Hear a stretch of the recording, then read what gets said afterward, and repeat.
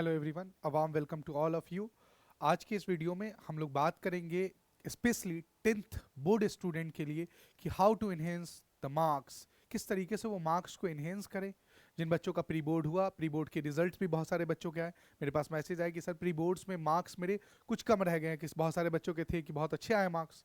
तो जिनके कम आए हैं उनको घबराने की ज़रूरत नहीं है, जिनके अच्छा है उनको अपना मेंटेन करके रखना है, अपने क्वालिटी को मेंटेन करके रखना है। आज का ये वीडियो, इसमें हम लोग बात करेंगे कि आप किस तरीके से साइंस में, स्पेशली ये वीडियो जो है वो साइंस के लिए मैंने लिखा भी है, साइंस के लिए क्या स्ट्रैटेजी रखें कि आप अपने मार्क्स को इन्हेंस कर सकते हैं। ठीक है बच्चों, तो बहुत सुकून से, बहुत ध्यान से शुरू से लेकर के अंत तक इस वीडियो को देखिएगा, लास्ट फ्रॉम लास्ट तक देखिएगा, क्योंकि हर एक बात इंपॉर्टेंट होना है। जो बच्चे आप जो मिस्टेक, क्योंकि मैं काफ़ी दिनों से एनालाइज करता हूँ चीज़ों को, तो आप वो मिस्टेक बिल्कुल नहीं करेंगे। वो सारी बातें बताऊंगा जो बच्चे करते हैं, जिसकी वजह से उनका मार्क्स खराब आ जाता है। सभी बच्चों का ये बहुत ये रहता है कि सर मेरे मार्क्स बहुत अच्छे आए, 90+ परसेंटेज आए। तो किस तरीके से आप 90+परसेंटेज को ला सकते हैं, आज के वीडियो में इसी पे बात होगी। तो शुरू से लेकर के अंत तक बने रहिए। सबसे पहले अगर हम बात करें साइंस में, तो साइंस में दो तीन चीज़ों को आपको देखना है कि पहला सबसे बड़ा पोर्शन ये है आपका कि क्या आपका सिलेबस कंप्लीट है या नहीं है। सबसे पहला पॉइंट ये है। सबसे पहला पॉइंट क्या है बेटा, कि क्या आपका सिलेबस कंप्लीट है या नहीं है। अगर कंप्लीट है तो वेल एंड गुड, नहीं कंप्लीट है तो उसे कंप्लीट करना है। अब कंप्लीट करने के लिए सारे लोग आपको, बहुत सारे लोग बहुत तरीके बता देंगे कि आप जाइए सर कंप्लीट करने के लिए। फॉर एग्जांपल कि लाइक कंप्लीट करने के लिए आप सबसे पहले क्या उठाइए बेटा, एनसीईआरटी को उठाइए, एनसीईआरटी कंप्लीट कीजिए। एनसीईआरटी कंप्लीट करके फिर आप उसके नोट्स को बनाएं, नोट्स बना करके फिर आप उसको क्या करें बच्चों, आप पीवाई क्वेश्चंस लगाएं, और क्वेश्चंस लगाने के बाद फिर आप किस चीजों को करें बच्चों, पीवाईक्यू को करें।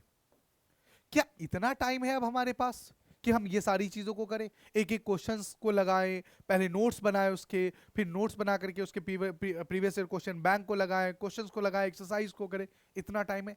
बिल्कुल भी नहीं इतना टाइम है। तो क्या तरीका होगा, किस तरीके से हम जो सिलेबस, जैसे फॉर एग्जांपल की अगर मैं बात करूं कि आपका फॉर एग्जांपल कि बायोलॉजी में कंट्रोल एंड कोऑर्डिनेशन नहीं हुआ है, आपका आपका कंप्लीट नहीं है, आपने सही तरीके से पढ़ा नहीं है उसे, आपने क्या कहते हैं कहीं चले गए थे जिसमें आपकी क्लासेस छूट गई थी, आपका नहीं हो पाया, तो इसको किस तरीके से पढ़ें। देखो बच्चों, प्रॉपर वे में अगर आप नोट्स बना करके पढ़ते रहोगे तब तक तो बोर्ड आपका खत्म हो जाएगा। तो प्रॉपर वे में नोट्स बना करके पढ़ने की जरूरत भी नहीं है। आप सबसे पहले उस सिलेबस को कंप्लीट करने के लिए आप क्या देखो, वन शॉट वीडियो देखो। क्या करो बच्चों, वन शॉट वीडियो को आप देखो। वन शॉट वीडियो बहुत है, आप देखेंगे यूट्यूब पे आपके पास बहुत सारे ऑप्शंस मिल जाएंगे। मैं फिर कह रहा हूं, ऐसा नहीं कि आप बिल्कुल भी जिस भी टीचर से समझ में आ रहा है आपको फलानी टीचर से ही पढ़ना है, ऐसा बिल्कुल भी नहीं है। आपको जिस भी टीचर का समझ में आ रहा है, वन शॉट वीडियो बहुत सारे पड़े हुए हैं, उस वन शॉट वीडियो को आप कंप्लीट कीजिए। पहली स्ट्रेटेजी, जिसमें आपको ये आइडिया लग जाएगा कि आपको क्या पढ़ना है इस पोर्शन में, जैसे कि कंट्रोल एंड कोऑर्डिनेशन में क्या क्या है, इस चैप्टर में है क्या क्या, पढ़ना क्या क्या था मुझे, तो वन शॉट से वो आइडिया लग जाएगा आपको। करेक्ट है। दूसरा, वन शॉट करने के बाद आप उसको क्या करें, आपके पास जो वन शॉट्स के नोट्स होंगे, अगर आपके पास नोट्स नहीं है तो हम इस वीडियो के लिंक में इसके नोट्स भी डाल देंगे। सारे जितने भी चैप्टर्स हैं साइंस के, acid base and salt, metal non metals, life process, control and coordination, reproduction, सभी के आपको एक क्या कहते हैं वेल सिस्टमैटिक वे में आपको नोट्स मिलेंगे। तो उस नोट्स को आप करो, ताकि ये नोट्स आपको समझ में आए, कि एनालाइज करने के लिए तरीका आपको समझ में आए। तीसरी चीज, ये तो पहली चीज हो गई आप।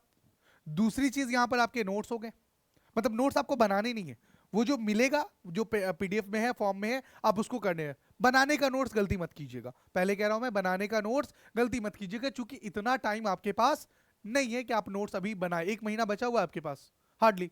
अभी इस महीने में आप अगर एकदम रफ और फेयर हरे लाल पीले कलम से लिख रहे होंगे, नोट्स तैयार कर रहे होंगे, तब तक तो बेटा एग्जाम खत्म। तो ये नोट्स बनाने के चक्कर में नहीं पढ़ना है। तीसरी चीज, आपको जब ये हो जाए तो आपको एनसीईआरटी के जितने भी एक्सरसाइज हैं, तीसरा काम क्या करना है आपको, एनसीईआरटी का जितने भी एक्सरसाइज क्वेश्चन है, वो सारे क्वेश्चंस करने हैं। वो ऑलरेडी मैं उस नोट्स में डाल रखा हूं सारे क्वेश्चंस, तो उसको आपको पढ़ना है। करेक्ट बच्चों, एनसीईआरटी के जितने भी क्वेश्चंस है उस क्वेश्चंस को आपको करने हैं। थर्ड थर्ड चीज है जो एक्टिविटीज दे रखी है, मैंने यहां पर मेंशन किया, जो एक्टिविटीज है उस एक्टिविटीज को आपको रीड करना है। उस नोट्स में वो एक्टिविटीज भी आपको मिल जाएगा। मैंने क्या कहा, तीन चीजें यहां पर आपको एक साथ मिल रही है। मैंने लिखा है syllabus complete, NCERT, activities, PYQ, question practice, revision and numericals. अब देखिए बच्चों, अगर आपका सिलेबस कंप्लीट है तो सिलेबस कंप्लीट है तो वेल एंड गुड, आप सीधा उठाइए, आप नोट्स एनसीईआरटी को, एक्सरसाइज को कीजिए। नहीं तो आप जो भी, जैसे कि किसी भी चैप्टर का एसिड बेस नहीं हो रखा आपका, मेटल नॉन मेटल नहीं हो रखा, आप उसके वन शॉट वीडियो को निकालें। वन शॉट वीडियो किसी का भी, जिसका भी आपको समझ में आ रहा है उसका आप कीजिए, क्योंकि टाइम आपके पास कम है। समझ में आ रही बात है, तो वो वन शॉट वीडियो को कीजिए। उसके बाद उसी के नोट्स भी, या मैं आपको बहुत सारे नोट्स आपके सारे सिलेबस पे मैं टेलीग्राम के चैनल पे भी दे दूंगा अपने, और इस वीडियो के डिस्क्रिप्शन में भी आपको सारे नोट्स के लिंक मिल जाएंगे, वहां से जाइए आप डाउनलोड कर लीजिएगा, मिल जाएगा आपको। तो नोट्स हो गया, वो नोट्स बनाने की जरूरत नहीं है। तीसरा, एनसीईआरटी के एक्सरसाइज जितने भी हैं, जितने भी क्वेश्चंस हैं, चूंकि क्वेश्चंस वहीं से आता है बच्चों, तो एनसीईआरटी के क्वेश्चंस आपको वहां से कर लेने हैं, एक्सरसाइज के देख लेना उसे एक एक बार किस तरीके से किया हुआ है। तीसरी चीज है पीवाईक्यू, एनालाइज करना है आपको कि पीवाईक्यू किस तरीके का है। प्रीवियस ईयर क्वेश्चन पेपर आपको एटलीस्ट 5 से 6 साल के उठाने हैं। समझ में आ रही बात है, 5 to 6 ईयर के क्वेश्चन बैंक उठाने हैं और उस क्वेश्चंस को करने हैं आपको। अब क्वेश्चन करने का तरीका क्या होगा सर, कि हम क्वेश्चंस किस तरीके से करेंगे सर? देखो बच्चों, जो पीवाईक्यू करेंगे, अगर हम किस चीजों को करेंगे बच्चों, एक सेकेंड, हम जो पीवाईक्यू करेंगे बच्चों, एक सेकेंड, ये सॉरी, आजा भाई मार्कर, यस। हम जो बच्चों पीवाईक्यू करेंगे वो किस तरीके से करेंगे पीवाईक्यू को? पीवाईक्यू करने का प्रॉपर स्ट्रैटेजी होना चाहिए। आप एक पूरा मॉडल सेट पेपर लीजिए। मॉडल सेट पेपर मार्केट में आपको बहुत तरीके के मिल जाएंगे, various type of model set. आप किसी भी बुक स्टॉल पे चले जाएंगे, कहिएगा कि सर मॉडल सेट पेपर दे दीजिए आप हमें, तो मॉडल सेट पेपर वहां से बहुत सारे मिल जाएंगे आपको। लेकिन मैं, अगर आप पूछेंगे कि किस तरीके किसको रेफरेंस करेंगे बेटा, तो मैं ओसवाल का देखा हूं, लास्ट ईयर भी देखा था, इस बार भी देखा है। ओसवाल वाले ने बहुत अच्छे तरीके से उसको सिस्टमैटिक वे में दिया है। बल्कि ओसवाल वाले ने शुरुआत में जो टॉपर्स हैं उन टॉपर्स के कॉपी का भी जीरोक्स वहां पे लगा दिया है, तो आपको एनालाइज हो जाएगा कि टॉपर किस तरीके से लिखते हैं। ऐसा नहीं कि टॉपर कोई बहुत तुर्रम खान लिख करके आते हैं, बहुत अच्छी उनकी राइटिंग होती है, बहुत अच्छे से सजा के लिख के आते हैं, ऐसा कुछ भी नहीं। राइटिंग नॉर्मली रहती है उनकी, सारी चीजें रहती है, लेकिन उनका सिस्टमैटिक तरीका होता है, तो वो है। बाकी आपको जिस पे अच्छा लगे, आप एक बार वहां पे जाकर के 2-3 पब्लिकेशन के बुक को देख लीजिएगा, जितने भी प्रीवियस ईयर मॉडल सेट होंगे, आपको जो भी अच्छा लगे आप उसको ले सकते हैं। मेरा एक बेस्ट प्रेफरेंस ये है कि ओसवाल को आप देख सकते हैं। पीवाईक्यू को लीजिए प्रॉपर, स्टार्टिंग में बच्चों 3 से 3.5 घंटा, 3 to 3.5 आवर। कहेंगे सर 3 आवर्स का तो पेपर ही होता है, आप 3.5 आवर्स क्यों कह रहे? देखो बच्चों, शुरुआत में आपको प्रैक्टिस करनी पड़ेगी, और करने के लिए आपको थोड़ा टाइम चाहिए। आपको आदत नहीं है इतनी देर बैठ करके लिखने का। एक तो कोविड के आप लोग स्टूडेंट हैं, 2 साल उधर आपने लिख पाया था, इधर 1 साल आपको लिखने की आदत हुई है थोड़ा बहुत भी, लेकिन ये 3 घंटे वाला प्रॉपर वे में ये आदत होगा। तो शुरुआत में हम इसे 3 घंटे, 3.5 घंटे तक भी खींच सकते हैं। दूसरे पेपर में हम उसे 3.25 करेंगे, तीसरे में 3, चौथे में 2.5 पे आ जाएंगे। धीरे धीरे हम टाइम को रिड्यूस करेंगे, ठीक है। इसमें तरीका आपका ये होना चाहिए कि जब आप बैठे तो आपके पास स्टॉप वॉच, घड़ी प्रॉपर वे में लगा करके, वॉशरूम सारी चीजों से फ्री होकर के, खाना पीना पेट भर के खा लो, जिसमें आपको उठना ना पड़े बीच में। उन चीजों को करना है प्रॉपर वे में बैठ करके। ये नहीं कि बीच में हम क्या कर रहे हैं बेटा, अच्छा आज फिजिक्स लगा लिया है, केमिस्ट्री अब 1 घंटे बात करेंगे, बायो शाम में कर लेंगे या रात में कर लेंगे, ऐसा बिल्कुल भी नहीं। जिस तरीके से एग्जामिनेशन माहौल होता है, बिल्कुल रूम लॉक, घर बंद, एकदम बिल्कुल टेबल चेयर लेकर के प्रॉपर वे में बैठ करके 3 से 3.5 घंटे में उस पेपर को करना है। पेपर करने के बाद सबसे इंपॉर्टेंट काम ये है कि आपको पेपर का एनालाइज करना है, जो कि मैक्सिमम लोग नहीं करते। कर लिया, बात खत्म। नहीं बच्चों, पेपर का आपको एनालिसिस करना है कि आपको किस तरीके से पेपर करे हैं, और जो ओसवाल के सैंपल पेपर्स में उसके आंसर्स दे रखे, आपको उससे बहुत हद तक मैच करने हैं कि क्या जो हमने लिखा है वो हमने सही लिखा है कि नहीं लिखा है। वर्ड्स पे आपको ध्यान देने कि हमने इतने वर्ड्स में क्वेश्चंस करना था, क्या हमने इतने वर्ड्स लिखे हैं या नहीं लिखे हैं, हमें सवाल क्या पूछ रहा था, हमने क्या लिखा है, सिस्टमैटिक वे में लिखा है कि नहीं लिखा है। ये सारी चीजें आपको एनालिसिस करना, अगर जो बच्चा एनालिसिस करना सीख गया वो ये समझो 90+% उसका कहीं नहीं रखा हुआ है, आराम से उसे मिलेगा। तो पेपर एनालिसिस एटलीस्ट 5 पेपर आप करो और 5 पेपर का आप एनालिसिस करके जाओ, 90+% आपके हाथों में है। क्लियर? तो पेपर एनालाइज करना है। उसके बाद अगर हम लोग बात करें बच्चों यहां पर, तो हमने एक आपके लिए किन चीजों को कहा है बेटा, देखेंगे आपको माइंड मैप आपको तैयार करना है। सबसे पहले एनालिसिस करना है आपको। एनालिसिस में किन किन चीजों को देखना है? एनालिसिस में आपको देख लेना है बच्चों यहां पर कि आपके पेपर हो गए हैं कि नहीं हो गए, क्वेश्चन सारे सॉल्व, आपके सिलेबस तैयार है कि नहीं तैयार है। जो सिलेबस नहीं तैयार है, सिलेबस तैयार करने की स्ट्रैटेजी मैंने आपको बता दी, वो पुरानी ट्रेडिशनल स्ट्रैटेजी नहीं तैयार करनी है कि एनसीईआरटी पढ़ो फिर उसके एक्सरसाइज को लगाओ, नोट्स तैयार करो, ठीक है ना, फिर उसके एक्सरसाइज को करो, ये सब नहीं करना है। वन शॉट वीडियो देखना है, आपको मोटा मोटा ये आइडिया हो जाएगा कि हमें ये पढ़ना है इस चैप्टर में। एनसीईआरटी के क्वेश्चन को करो, पीवाईक्यू को करो और फिर मॉडल सेट लगाओ, ये एनालिसिस हो गया। दूसरी बात वही चीज मैंने लिखी बेटा, वन शॉट वीडियो को आप देखें, एनसीईआरटी को आप कवर करें, ठीक है ना। एनसीईआरटी को कवर करने के बाद आपको रिवीजन करना है, पीवाईक्यू करना है और आपको सैंपल क्वेश्चन पेपर सॉल्व करने हैं। और सबसे important, sample question paper solve करने के बाद आप उसे क्या करेंगे, एनालाइज करेंगे कि हमने कहां मिस्टेक किया है।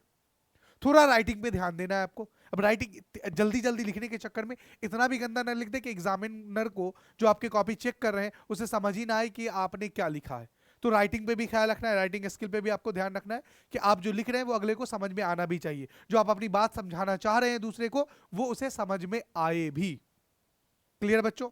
चलिए, उसके बाद 1 महीने के अंदर साइंस में ये आपको नोट्स तैयार करने हैं।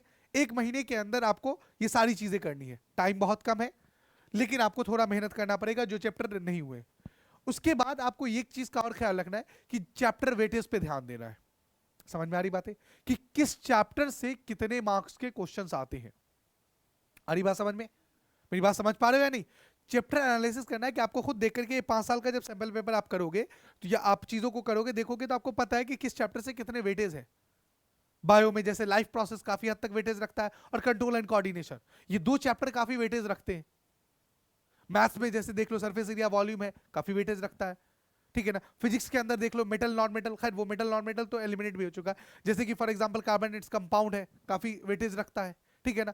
इन सब चीजों को आपको ध्यान में रखते हुए आपको वेटेज वाले क्वेश्चन पे ज्यादा ध्यान देना है कि जिस चैप्टर के वेटेज ज्यादा है उस पे मार्क्स को हम ज्यादा ज्यादा ज्यादा वेट दें, ज्यादा उस पर हम समझें ताकि हमें मार्क्स को अच्छे हम कर सकते हैं, ठीक है। और सबसे लास्ट सबसे इंपॉर्टेंट चीज, आपको अपने सेहत का काफी ख्याल रखना है। ठंड बहुत ज्यादा चल रही है तो ठंड के दिनों में आप ऐसी चीजों, ठंड से काफी बचें, ना ही कोई चीज ठंडी चीजें खाएं इस तरीके की जिससे आपका सेहत खराब होगा। क्योंकि बेटा इस टाइम पे सेहत खराब होना आप कहीं से अफोर्डेबल नहीं है। इस टाइम पे अगर आप 5 दिन के लिए भी बीमार पड़ते हो तो आप वो 5 दिन के लिए बीमार नहीं पड़ रहे हो, आप अगले 10 दिन और, क्योंकि आपकी स्ट्रेटेजी 5 दिन तो आप बीमार हो वो तो गया ही, लेकिन 5 दिन के बाद जो आपको पढ़ने के बाद आपके अंदर ताकत होनी चाहिए, कुव्वत होनी चाहिए, वो नहीं रहेगी। वो मेंटल स्टेबिलिटी नहीं होगा जो आप बैठ करके अच्छे से 6 घंटे 8 घंटे आप पढ़ सकते हो, नहीं, ऐसा नहीं होगा।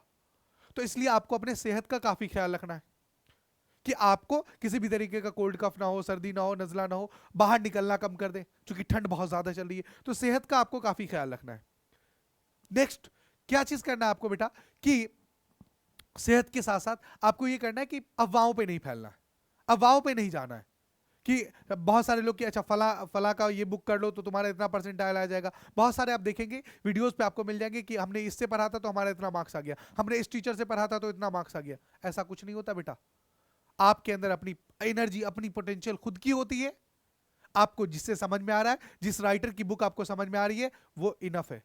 ज्यादा बुक पढ़ने की जरूरत नहीं है कि आप ये भी कर लो, आर एस अग्रवाल भी कर लो, क्या कहते हैं कॉर्डोवा भी कर लो, एमटीजी भी कर लो, ऐसा कुछ करने की जरूरत नहीं है।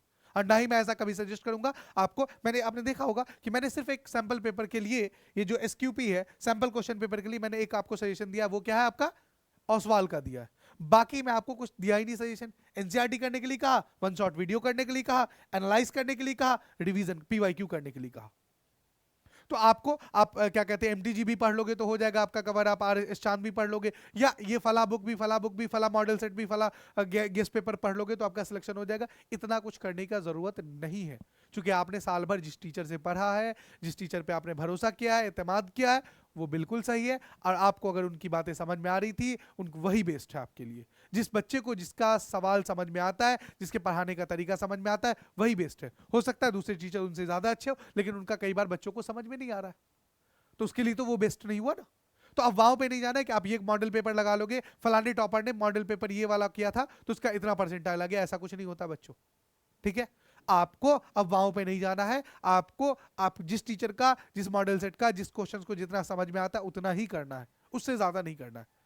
हर तरीके की बुक को करेंगे। चार, वो कहावत सुना होगा ना, दो पांव पे नाव रखेंगे, दो नाव पे पांव रखेंगे तो हमें क्या होगा, साहिल नहीं मिलेगा, किनारा नहीं मिलेगा। तो वही चीजें कि आप अगर दो दो जगह आप डाइवर्ट होगे तो माइंड डाइवर्ट होगा, डिस्ट्रैक्शन होगा। तो ये सारी चीजें। तीसरी सबसे और लास्ट चीजें, डिस्ट्रैक्शन की बात चल रही थी, डिस्ट्रैक्शन से आपको बचना है। मोबाइल में, आपके फोन में जरूर सोशल मीडिया होगा आपके पास, आजकल छोटे छोटे बच्चे सोशल मीडिया पे हैं। सोशल मीडिया को बिल्कुल आप अभी अवॉइड कर दीजिए, एटलीस्ट 1 से 1.5 महीना के लिए, जब तक कि आपका एग्जाम खत्म नहीं हो जाता है। आप नो इंस्टाग्राम, नो व्हाट्सएप, क्या कहते हैं, जितनी भी चीजों से आप है वो वहां से बाइकआउट हो जाए। क्योंकि बच्चों ये आज के डेट में ना, ये रील जो है, ये जो इंस्टाग्राम पे रील है, हम फोन उठाते हैं एक रील देखने के लिए और पता नहीं चलता कि हम 2 घंटे कब खत्म हो गए। अच्छा, पहले आज से 2-3 साल पहले तक तो ये भी था कि नेट खत्म हो जाता था। आज के डेट में तो हर घर में वाईफाई लगा हुआ है, तो 2 से 3 घंटे आपके कब खत्म हो गए पता ही नहीं चलता है। रील पे रील ही चल रहा होता है बेटा, फिर आपका रेल लगेगा, फिर आपके साथ मोह में होगा। तो इसलिए बिल्कुल भी आप रील पे ना जाए। इंस्टाग्राम बिल्कुल बंद है, ठीक है, आप अकाउंट पे है आपका अकाउंट, मैं नहीं कर रहा हूं कि आप डिलीट मार दीजिए, छोड़ दीजिए। आप 1 महीना मत चलाइए जब तक आपके एग्जाम नहीं हो जाते। दूसरी चीजें, यूट्यूब से आप मैं मान रहा हूं आप लोगों को, मैंने कहा कि वन शॉट वीडियो देखने के लिए, तो आप वन शॉट वीडियो ही देखें। पता चला आप यूट्यूब पे गए देखने के लिए किसी चीज को पढ़ने के लिए, आप वहां पे देख रहे हो, किसी का मैसेज आ गया, फिर आप अपने दोस्त से भी बात कर रहे हो। नहीं बेटा, दोस्ती यारी सब अच्छी लगेगी जब आपके परसेंटाइल अच्छे आएंगे, जब आपके मार्क्स अच्छे आएंगे, वरना वही दोस्त आपको ताने देगा, वही सोसाइटी वाले आपको ताने देंगे, वही रिश्तेदार आपको ताने देंगे। तो इसीलिए नो मोबाइल फोन अभी के डेट में, मतलब जो डिस्ट्रैक्शन है, ठीक है ना, उस डिस्ट्रैक्शन से आपको बचना है। सोशल मीडिया पे बिल्कुल नहीं, व्हाट्सएप पे बिल्कुल नहीं, दोस्ती यारी बिल्कुल नहीं, आउटिंग बिल्कुल नहीं, ये भी अवॉइड कर दीजिए। बिल्कुल पीयर प्रेशर में भी मैं कह रहा हूं कि आप आकर के बिल्कुल आप पढ़ाई कीजिए कि नहीं भाई 1 महीना बचा है, अब तो मुझे जैसे करना है। बेटा ऐसा भी नहीं होता है कि आप बिल्कुल गार्जियन के प्रेशर में, आप सोसाइटी के प्रेशर में आकर के काम कर रहे हैं, आप क्या कहते हैं भाई बहन के किसी के प्रेशर में आके काम कर रहे हैं, ऐसा तब कुछ नहीं होगा। अगर आप प्रेशर में आते हैं तो आपके मार्क्स इनहेंस नहीं होंगे, लिख के देता हूं इस बात को। आपको करना क्या है, आपको फ्री माइंड होकर के काम करना है। फ्री माइंड का मतलब ये है कि आप इस तरीके से पढ़ाई करें, लोड ना लें आप किसी चीजों को, कि हाँ भैया मुझे सोसाइटी वाले को मार्क्स दिखाना है, मुझे खाला को मार्क्स दिखाना है, मुझे मामू को मार्क्स दिखाना है, ऐसा कुछ नहीं होता है। आप समझ में आ रही बात है? आप अगर कूल होकर के पढ़ाई करेंगे वो ज्यादा इंपॉर्टेंट है आपके लिए। ठीक है, तो आपको जिस भी चीजों में, जो भी एक्टिविटीज आपको थोड़ी बहुत अच्छी लगती होगी, 1 1 1.5 2 घंटा आप उसको कर सकते हैं। ठीक है ना, कंप्लीट नींद लें। बाहर जाने से, चूंकि कोल्ड इतना हो रहा है, ठंड इतना हो रहा है कि आप उससे ठंड लग सकती है, आप उसमें सेहत का ख्याल रखें। तो जो भी एक्टिविटीज, म्यूजिक सुनना है म्यूजिक सुन ले 2 घंटा 1 घंटा, कोई चीज क्या क्या कहते हैं कि, लेकिन लिमिटेड। ये नहीं कि अब मूवी देखने बैठे तो 1 1 8 8 घंटे की वेब सीरीज खत्म कर रहे हैं कि इसमें तो मजा आ रहा है, आगे क्या होता है, आगे क्या होता है देख रहे हैं। नहीं, ऐसा बिल्कुल नहीं करना।